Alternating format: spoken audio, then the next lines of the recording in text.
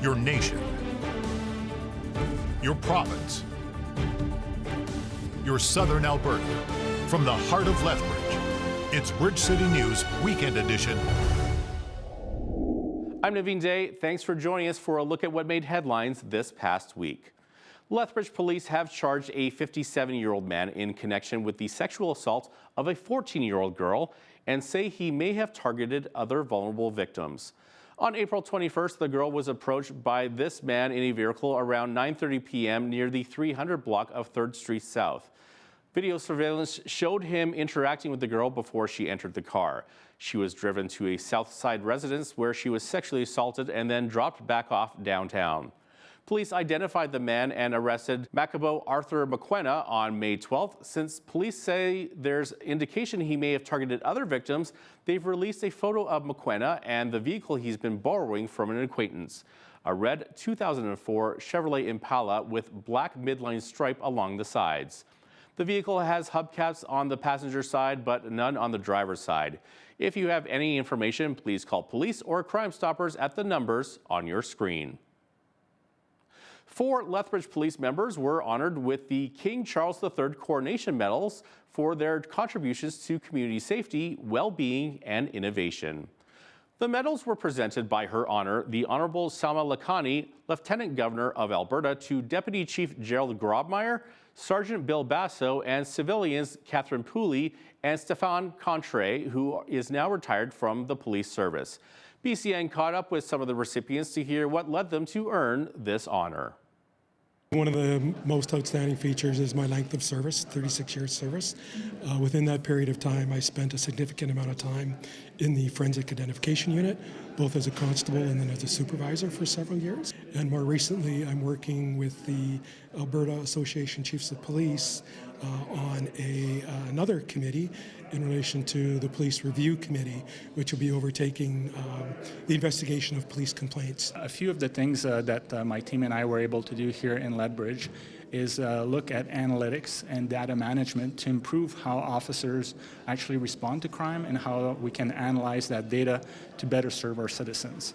So a lot of that was innovative work, looking at things like artificial intelligence or advanced analytics that would allow us to pinpoint what our offenders might do and where we could try to prevent them from committing other crimes. Some of the things they chose to highlight was the addition of a facility dog program.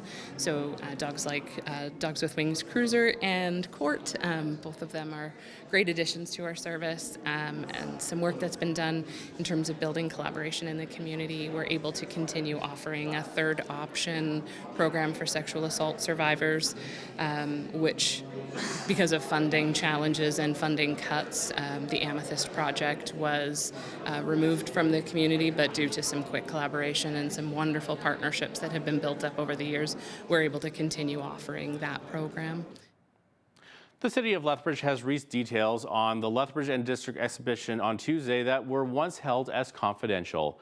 The order to release the 566-page document was given in January of 2024 in order to increase transparency with the community. The exhibition's Agri-Food Hub and Trade Center was completed in 2023 with funds from municipal, provincial, and federal governments. It was later revealed that the exhibition's board partook in mismanagement of funds and coughed up a multi-million-dollar deficit, leaving the city to take control of the exhibition. Mayor Blaine Higgins says having residents understand the decision-making process throughout the years will eventually build confidence and enjoyment of the facility once again. Anything that is, we'll say, land, legal, or labor. So if there's a legal issue that's ongoing, of course, we don't want to have that in the community until it's dealt with, as well as another big part is labor. I have a lot of folks that are working over there, and we didn't want instability going through this as they're doing an incredible job and keeping that business running. And so we thought it's important to keep these things confidential until said time to re-release, which is now. I think the most important thing is get an understanding of what happened, what got us to the point that we got to here years ago when we saw, that there was some issues and there was a lack of funding to move forward, and the struggles that they were having, that the exhibition board. Now, I'm not saying that things aren't continuing moving forward, and if there's other stuff that comes forward, as a resolution posted, we will be transparent with that. And when the time we're able, we'll bring that out as well. But no, this is pretty much everything that has come till date. The full list of documents can be found on the City of Lethbridge's website. After the break, stories on the Prime Minister's recent cabinet shuffle, and a former WestJet employee wins a lawsuit against her former employer after being terminated for refusing to take the COVID-19 vaccine.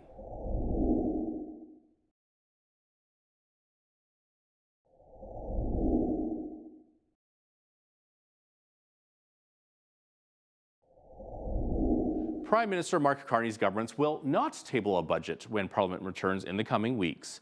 Finance Minister François-Philippe Champagne says the Liberals instead plan to put forward a fall economic statement, but he didn't give a clear timeline for the introduction of the government's latest fiscal plan. The first thing you do is the first step of this government is a middle-class tax cut. That's the first thing. You start with that. Then you say, well, you need to have a throne speech to say what are the priorities of the government. And once you've done that, then you do an economic statement, which is going to be the fall economic statement. So this is the logical piece. Year at this point, right? Well, we're just going to go fall without a budget. Fall is fall, you know. I could not be clearer than that. Fall is fall. Now, to chime in on this is the federal director of the Canadian Taxpayers Federation, who is shaking his head in disbelief. Franco Terrazzano says failing to even present a budget is a huge crack in Prime Minister Mark Carney's credibility. He says Carney owes Canadians a budget. Failing to produce a budget is a huge crack in Carney's credibility, right? Like, you can't have credibility on the finances if you can't even bother to put together a budget. And, you know, Canadians have many reasons to be worried about our national finances, right? The federal government doubled the debt in less than a decade. Interest charges on the debt are blowing a $1 billion hole in the budget every single week. So Canadians have every reason to be worried about the eroding state of our national finances. And the Carney government is essentially shrugging off those concerns. Prime Minister Mark Carney conducted a major cabinet shakeup on Tuesday. Carney has moved several key players involved in Canada-U.S. relations into new positions and promoted some newly elected MPs to the front bench. Dominic LeBlanc will spearhead trade between Canada and the States in the wake of tariffs and the threats of annexation. Anita Anand is the new Foreign Affairs Minister, and former Justice Minister Gary Anandasangri takes over public safety. Foreign Affairs Minister Melanie Joly will take on the complex industry portfolio. Carney dropped Bill Blair from cabinet and named David McGuinty to the role of Defense Minister. His cabinet is made up of 28 full ministers and 10 secretaries of state. Conservative leader Pierre Poilievre says Carney's cabinet certainly has a lot of familiar names from the Trudeau era. Then there's Joly, LeBlanc, Haidu, Anand. Anand was the president of the Treasury Board, during which time the bureaucracy and the consultant bills blew out of control. In all, 14 Trudeau ministers are now in Carney's cabinet. It's more of the same when Canada needs real change. Even the new additions are problematic. Gregor Robertson was the mayor of Vancouver, who pushed for total legalization of hard drugs, distribution of tax-funded opioids. During his time there was a 600% increase in overdoses. Now he's the housing minister. Well, what's his record on housing?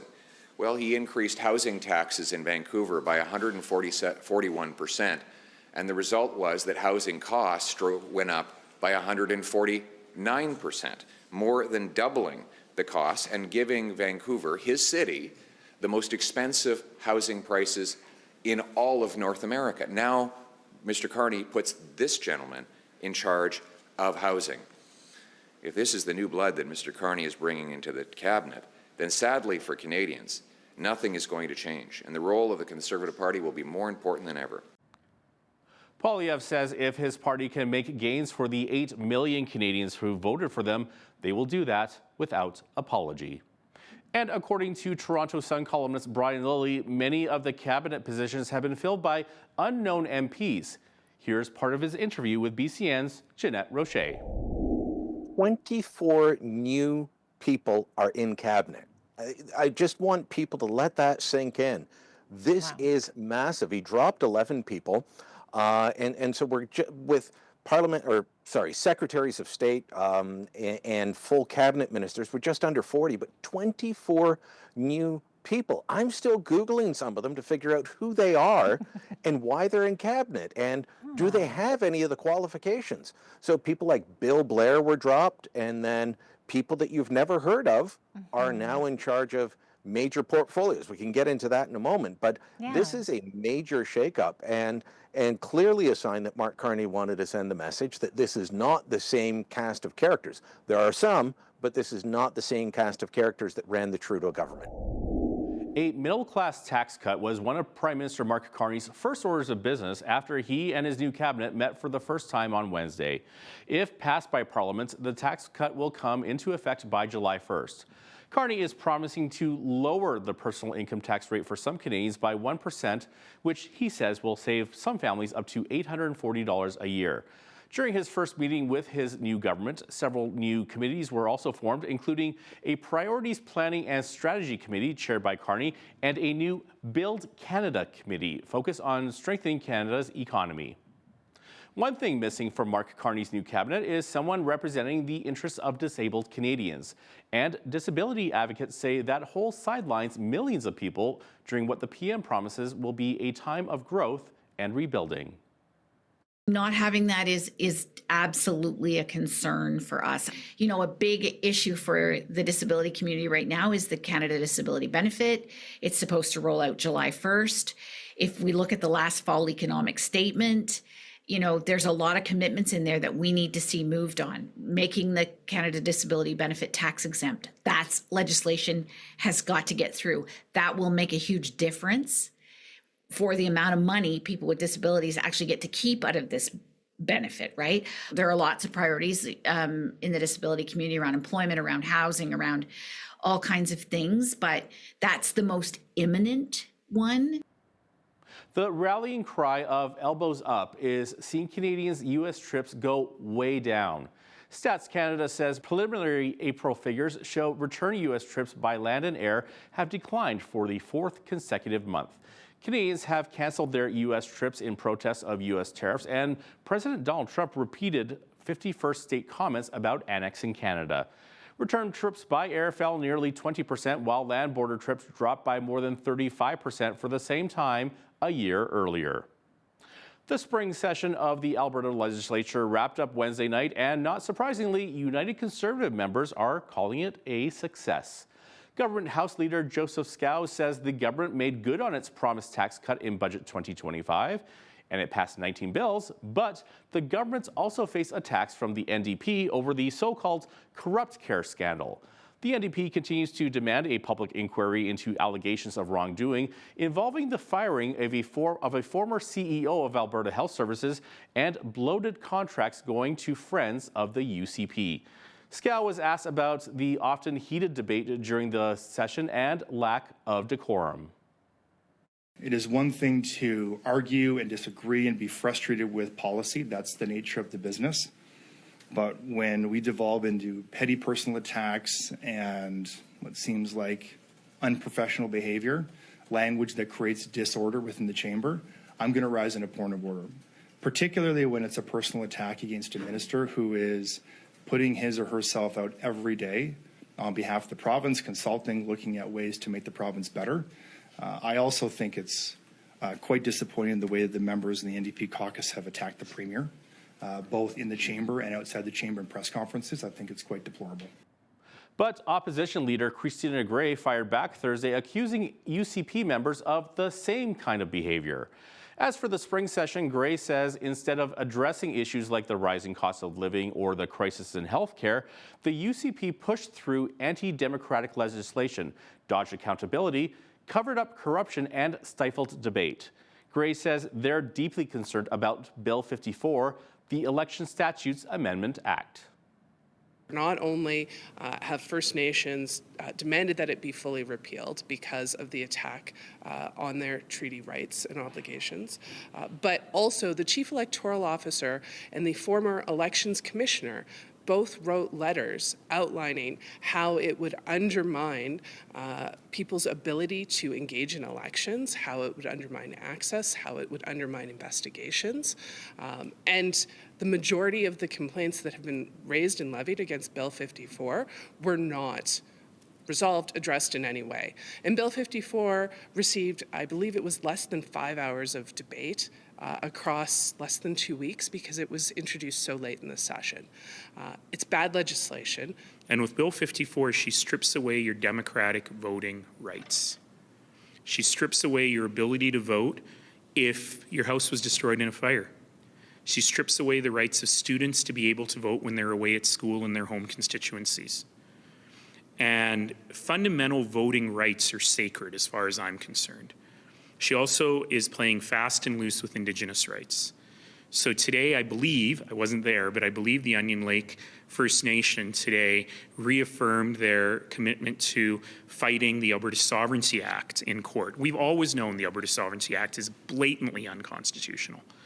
And I hope that the courts will find that soon. Perhaps the Onion Lake case will be the one that allows them to do that. Wednesday night, the UCP government's pushed through more changes to Bill 54.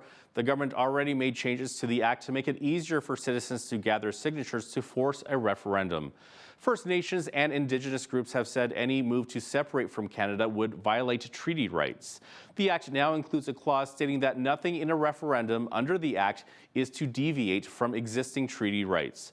In a statement, Justice Minister Mickey Amery says Alberta's government will always recognize, protect, and honor treaty rights as recognized by Section 35 of the Constitution.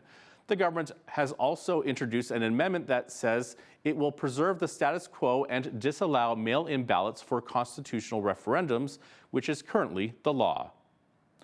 A group calling for 2 UCP cabinet ministers to resign loaded what they call the People Bus in Edmonton and Calgary Tuesday, with supporters to be taken to Health Minister Adriana Lagrange's office in Red Deer. The group called Public Interest Alberta is canvassing Lagrange's riding and calling for her to resign, saying it's prompted by the situations in hospitals and alleged corruption scandals at Alberta Health. Justice Minister Mickey Amery is also facing backlash. The opposition NDP says he has personal ties to people at the center of the UCP's so-called corrupt care scandal, and he failed to disclose the conflict of interest. Premier Daniel Smith is denying the claims. 90% of the government of Alberta's unionized workers have voted in favor of strike action. This was the big news Tuesday from the Alberta Union of Provincial Employees, who held a news conference in Edmonton to announce the results of this historic straight vote by the majority of their 23,000 members who work for the province. This includes workers like nurses, ACERT officers, counselors, probation officers, sheriffs, peace officers, jail guards, occupational health and safety investigators, conservation officers, fish and wildlife scientists, workers with vulnerable Albertans, and the list goes on and on. Union President Guy Smith says when recent negotiations with the provincial government hit an impasse, they felt they had no choice but to take a strike vote.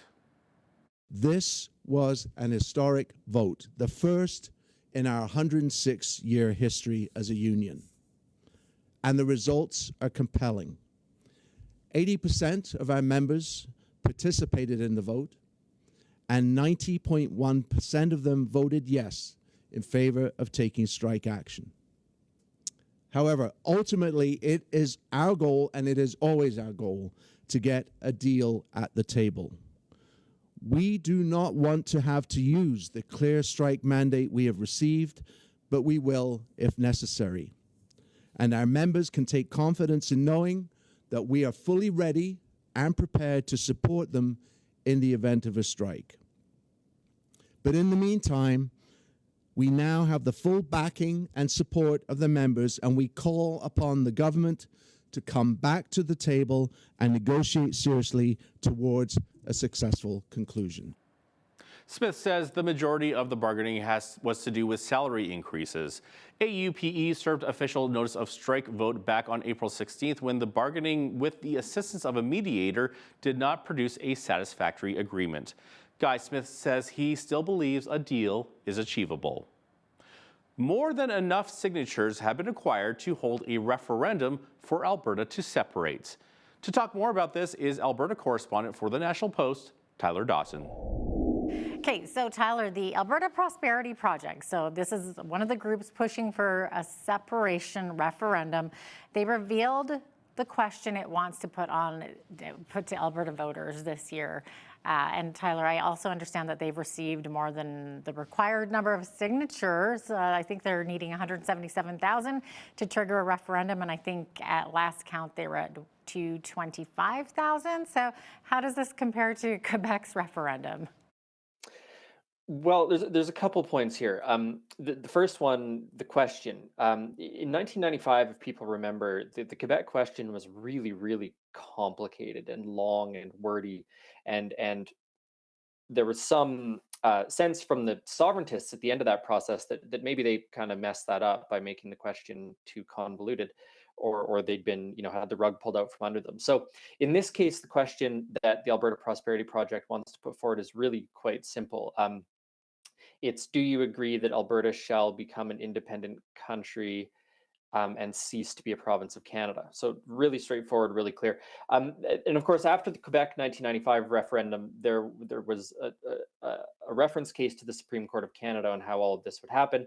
And the Clarity Act was passed that sets out a bunch of rules basically on how a secession referendum would happen and what would happen if that won. And one of those things that the Clarity Act sets out is the requirement of having a very, very clear question. So that's presumably what they're trying to do here with the straightforwardness of that question. The signature side of things is a little bit more complicated. It is true that once the changes to the Citizen Initiative Act come into effect, that it will only be 10% of people who voted in the last provincial election. So it was about just shy of 1.8 million people voted in the 2023 election. So 10% of that, about, as you say, 177,000 signatures. The old threshold was quite a bit higher than that. And the Alberta Prosperity Project has also said that they're sort of aiming for a higher bar than that bare minimum before they push this thing forward. The argument being that they don't just want to have a referendum, they want to have one and then win it. I think they're looking at this fall already, so interesting. Okay, so meanwhile, Alberta Premier Smith, she's certainly declined to be critical of these types of groups, and apparently there are a few reasons for that. So what are they, Tyler? Yeah, so my impression of it is a couple things. The first is that Alberta's conservative movement, Alberta's right wing, is sort of always at risk of coming apart at the seams. And the United Conservative Party is sort of cobbled together from different components of the conservative movement in this province. So if there's a significant stream of conservatives who believe that Alberta should separate, the premier risks having another party form on her right flank, and that causes electoral problems down the road, obviously. So I think that's part of it. The second part of it is that if you look at the polling, there's quite a distinct partisan divide on people who are really, really mad about Alberta's place within Confederation and who are sympathetic to separation. And about 2/3 of the people who voted for the United Conservatives in the last election say that they would vote for separation from Canada. So Danielle Smith is essentially leading a party that has a lot of people who are either hard separatists or sympathetic in some fashion. So she, again, jeopardizes her leadership and the cohesiveness of her party if she was to come out really, really strongly and say that. And there was a really, really good indication of sort of the strange position she's in at the moment this week. A reporter asked her what she would say about the possibility that even talking about separation is going to make Alberta seem like a risky investment climate, and that could have economic consequences. And she very much declined to sort of agree with that, and just said, this is a question that ought to be put to the people who are pushing for this, which is really, really notable because, of course, if she was going to be making an argument against separation without criticizing the people behind it, that might be one of the arguments that she would choose to make. She might choose to say, this is a delicate economic time for Alberta. To have this discussion now is really, really risky. But she didn't. So I think that's probably what's going on in terms of the rationale for how she is approaching this issue. A law firm recently won a significant court ruling related to COVID vaccinations. The plaintiff, Young Yi, sued her former employer WestJet Airlines and won. She was terminated for not taking the COVID vaccine, even though she was working from home. According to her lawyer, James Kitchen of Kitchen Wells LPP, the case sets a precedent as it's the first court ruling of its kind in the country. She asks WestJet for an accommodation, which the law says WestJet pretty much has to give unless they have a really good reason not to, called undue hardship, okay? And so what WestJet did, like, you know, hundreds of employers did to tens of thousands of employees all across the country, is they said, we don't think you've triggered the legal requirement on our end to accommodate you, so we're not going to accommodate you, okay? And because of that, she was fired, right? Because at that point, WestJet said, well, you didn't comply with the policy, you didn't take the shot, you're fired. This happened all across the country. I've had dozens and dozens of cases like this, but this is the first one that I've got a decision from a court on. And what the court said was, one, she should have been accommodated, and had she been accommodated, she wouldn't have been fired, so terminating her for cause was unlawful because you terminated her only as a result of discriminating against her, right? This is what the court said to WestJet. In addition to that, it was still unlawful to terminate this woman for cause for not taking the shot because she was working from home and could have continued to work from home. And obviously at that point, it's not about safety. It's about ideology or control or power or whatever the heck it was. And so the court said, look, for both of these reasons, it was unlawful to terminate her with cause, and now you owe her the damages, which turned out in this case to be about $68,000, I think. So that's what WestJet has to pay her for the fact that they unlawfully terminated her for not taking the shot. This is the first court ruling on this in the country. Fire crews in Manitoba battling deadly out-of-control wildfires will soon be getting help from Alberta. The province says it's sending 2 wildland firefighting crews and support staff to Manitoba in the coming days. A wildfire in the eastern part of Manitoba has killed 2 people who officials identified as Richard and Sue Noel. Fires have also forced the province to declare a state of emergency in Whiteshell Provincial Park and prompted evacuations. At the time of this recording, 2 wildfires burning near a resort village in Saskatchewan could also lead to evacuations, and residents in Candle Lake are being told to plan to be ready in case of an evacuation, which could happen on short notice. Coming up after the break, we chat with Kimberly Hurst and Sergeant Vince Bacon about Alberta Citizens on Patrol and how this organization is helping to create safer communities. And if you're watching us online, that full interview is available on our YouTube channel.